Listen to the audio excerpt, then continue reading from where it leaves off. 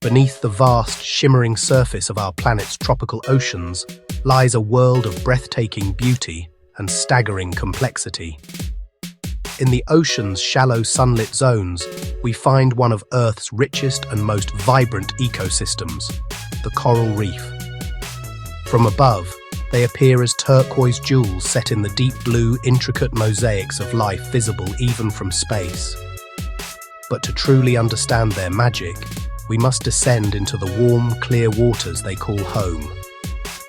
Often called the rainforests of the sea, these sprawling underwater cities cover less than 1% of the ocean floor. Yet they are a cradle for life, supporting an astonishing 25% of all known marine species. They are ancient kingdoms, built over millennia, pulsing with an energy that shapes the very character of our blue planet. The story of a coral reef is a story of time, geology, and incredible biological engineering. It begins with a single, free-swimming coral larva settling on a hard surface in sun-drenched waters, often the submerged slopes of a volcanic island. This pioneer gives rise to a colony which over countless generations builds upon the skeletons of its ancestors. These structures, made of calcium carbonate extracted from seawater, form the three main types of reefs we see today. Fringing reefs grow directly from the shore, forming a shallow lagoon between the reef and the land. Barrier reefs, like the colossal Great Barrier Reef in Australia, are separated from the mainland by a much wider and deeper lagoon. And atolls, perhaps the most enchanting, are ring-shaped reefs that enclose a central lagoon, the last vestiges of a volcanic island that has long since sunk beneath the waves. Each reef is a living monument, a testament to the slow, persistent power of life to build entire landscapes, layer by tiny layer, over thousands, even millions of years. But who are these master builders? The architects of these limestone metropolises are tiny, soft-bodied animals called coral polyps. Though they resemble small sea anemones, to which they are related, they are colonial creatures, living together in interconnected communities of thousands or millions of individuals. The true genius of the coral polyp, however, lies in a remarkable partnership.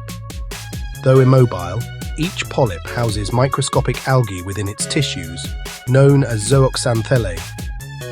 This is one of nature's most successful symbiotic relationships. Through photosynthesis, these algae harness the power of sunlight, converting it into energy-rich sugars. They can provide the coral with up to 90% of its food. In return, the coral provides the algae with a protected home and the compounds they need for photosynthesis. It is these algae that fuel the reef's phenomenal growth and give corals their brilliant kaleidoscopic colors. Without them, the coral is just a translucent animal in a white limestone skeleton. With them, it is a powerhouse of life. A coral reef has a distinct daily rhythm, a city that transforms completely as the sun sets. By day, the reef is a bustling hub of activity. Fish of every shape and color forage, hunt and hide among the coral branches. The resident algae are hard at work, photosynthesizing in the bright sunlight. But as dusk falls, a profound shift occurs. The daytime fish retreat into crevices for safety, and a new cast of characters emerges from the shadows. The coral polyps themselves, largely withdrawn during the day to protect their precious algae from UV radiation, now extend their delicate tentacles into the water column. They become active predators, capturing tiny plankton and other nutrients drifting by on the currents. The reef, once a solar-powered engine, becomes a nocturnal hunting ground. In the darkness, you might even witness the faint ethereal glow of bioluminescence as chemical reactions within living organisms paint the night with fleeting light. This 24-hour cycle of activity is the heartbeat of the reef, ensuring its continued growth and vitality.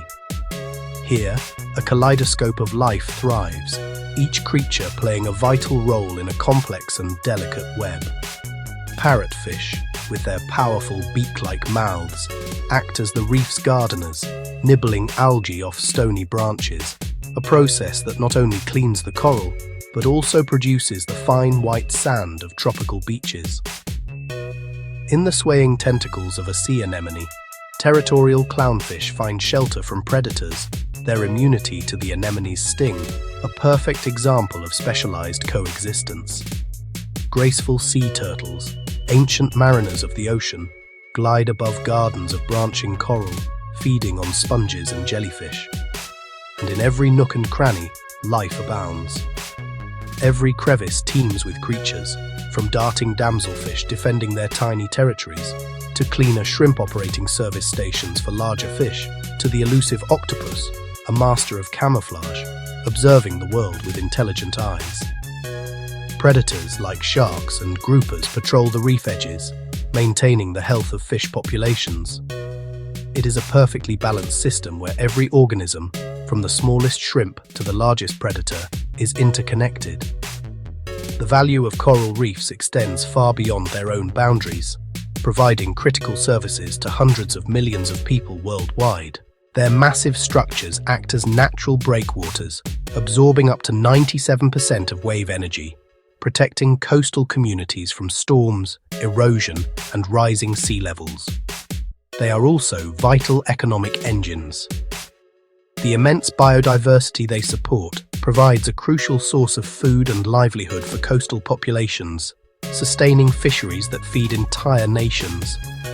Furthermore, their unparalleled beauty fuels a global tourism industry, drawing millions of snorkelers, divers, and nature lovers each year, creating jobs and supporting local economies. For many coastal cultures, reefs are more than just a resource. They are woven into their history, their traditions, and their very identity. They are places of spiritual significance, inspiration, and wonder, a direct and profound connection to the natural world. But these ancient, resilient ecosystems are fragile, and today they face an unprecedented array of threats. The greatest danger is climate change. As our oceans warm, rising sea temperatures place immense stress on coral communities. This heat stress causes a breakdown of the vital coral-algae partnership, a phenomenon known as coral bleaching. The corals expel their colourful zooxanthellae, leaving their own tissues transparent and revealing the stark white skeleton beneath. A bleached reef is not yet dead, but it is starving and vulnerable.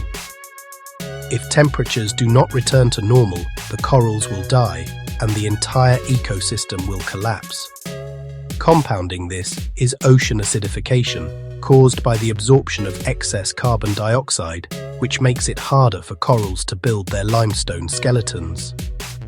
Local threats like pollution from land, destructive fishing practices, and plastic debris further weaken these already stressed ecosystems.